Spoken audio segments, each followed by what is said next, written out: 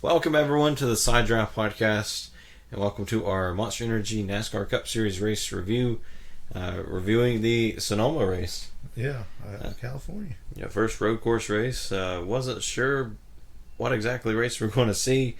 It kind of mirrored last year's race a little bit. Just a little bit. And welcome the big carousel. Yeah, we have the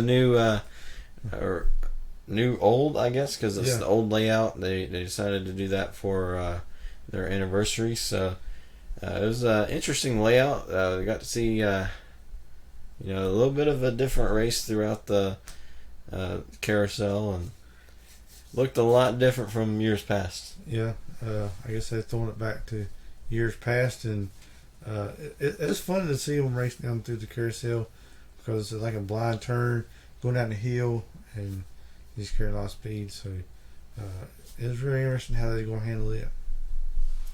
And I'm going to be honest, I did not write too many notes here. It was a pretty calm race, you could say. It was definitely a strategy race, which can be fun sometimes, and I believe it was a fun race at the end. Yeah, I mean, wasn't any caution except for the end of the stages and all. Usually get some kind of cautions in the road courses, everybody getting each other. So pretty clean race. Yeah, and it's something about Mart and Truex Jr. winning these races where there's little to no cautions. Yeah. And so in stage one, we had Kyle Larson on pole, who has won that for the third straight year. Has been doing an awesome job at getting the pole. It just cannot put these races together. Just can't get the wins. And then we had William Byron. He would shoot out to the lead, and he would just pretty much lead the entire stage, and had a 3 to 4 second lead on I believe Chase Elliott towards the end there. So it was a really impressive run by William Byron, and he would stay out to get the stage win. And I do believe that was his. That wasn't too much of a good idea there. No, I thought that at the end of stages I'd come in with 3 to go. I know you want the stage wins, you want the points, but ultimately you want the win in order to get in the playoffs and all. But because I know if you come in, because everybody's going to have that strategy, come in like 3 laps before the pit closes, and then you get put in the back, but when in the stage you're in the front. So it's a bunch of strategy, when you should pit and when you shouldn't. Yeah, so with that, William Byron would win the stage. Chase Elliott and Mart and Truex Jr., there were two who decided to pit on that last, or before the stage ended there in stage one.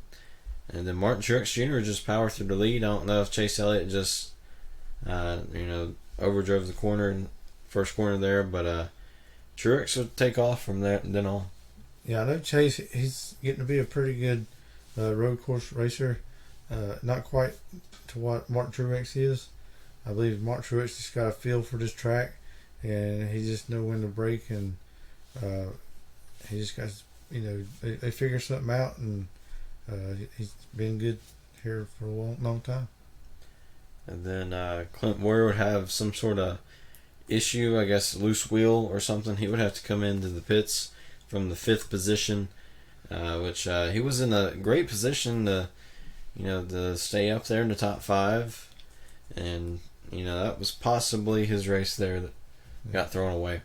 And Eric Almirola, he would spin, and it just wasn't a good day for Stewart-Haas at that point. Not really. And then Denny Hamlin would be one of those who stayed out to win stage 2. And Denny Hamlin's been kind of quiet recently. Like you said, he's been kind of overlooked. So he's looking win a race, make some noise. Just unfortunately did not happen. But he did win a stage win. Yeah, I guess he got them good stage points to add to his total. So I guess it's good. But I really like the other strategy to come in early. Yeah, it looked like Hamlin just kind of struggled, in traffic, which that kind of strategy happens. But he did manage to get a top 5 finish. So that's a pretty good day. Yep. And then stage 3 would begin. Mart Truex Jr. would lead. Not too long after that, Ricky Stenhouse would spin Ryan Preece. Yeah, always in that turn 11, you come in at it, and that's one of the biggest breaking points, passing points, really. If you can outbrake the person, sometimes you get into them. I believe Michael McDowell spun going into turn 11 a few times. Yeah, McDowell spun 2 to 3 times, so it just wasn't a fun day for McDowell. And then William Byron would be the first on pit road with a strategy. Then we would see Chase Elliott. He would blow up. Just lost oil pressure, and his day was done at that point. Yeah, and Ryan Blaney, he was running really good. He's running top 5, battling Kyle Busch most of the day. Beating and banging a few times, and I didn't know if he's going to sort out or just kind of let each other go. And then Daniel Suarez would have an uncontrolled tire, which is unfortunate. He was having a good day too. It's just he was really coming through the field really fast, making some good moves, and really, I thought he might have had a chance to get up or maybe win the race. And then we would see the strategy between Kyle Busch. He would stay out, try to get some fresher tires towards the end of the run. Mart Truex Jr. would come in early, just to get a good launch through the beginning of the run. But that would be the most exciting part of the race: is can Kyle Busch catch him? It was an 8-second deficit that Kyle Busch would have to dig into, which he got up to a second. Yeah. Just after that, the tires wore off. The type of strategy we saw Mart Truex Jr. do to Kevin Harvick last year, and Truex succeeded. Yeah.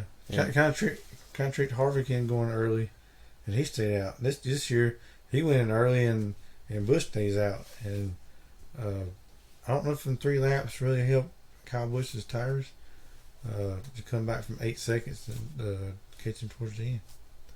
Yes. With that, it would be an exciting about 15 laps to go. No cautions, like we said. It was just kind of a nice strategy race. And with that, Mart Truex Jr. was able to hold him off, which I'm really surprised that he was able to do that. Yeah, and one of the biggest surprises was Matt Benedetto. He was really fast towards the end of the race. I don't know if his strategy worked good, getting fresher tires towards the end, but he was making some good moves.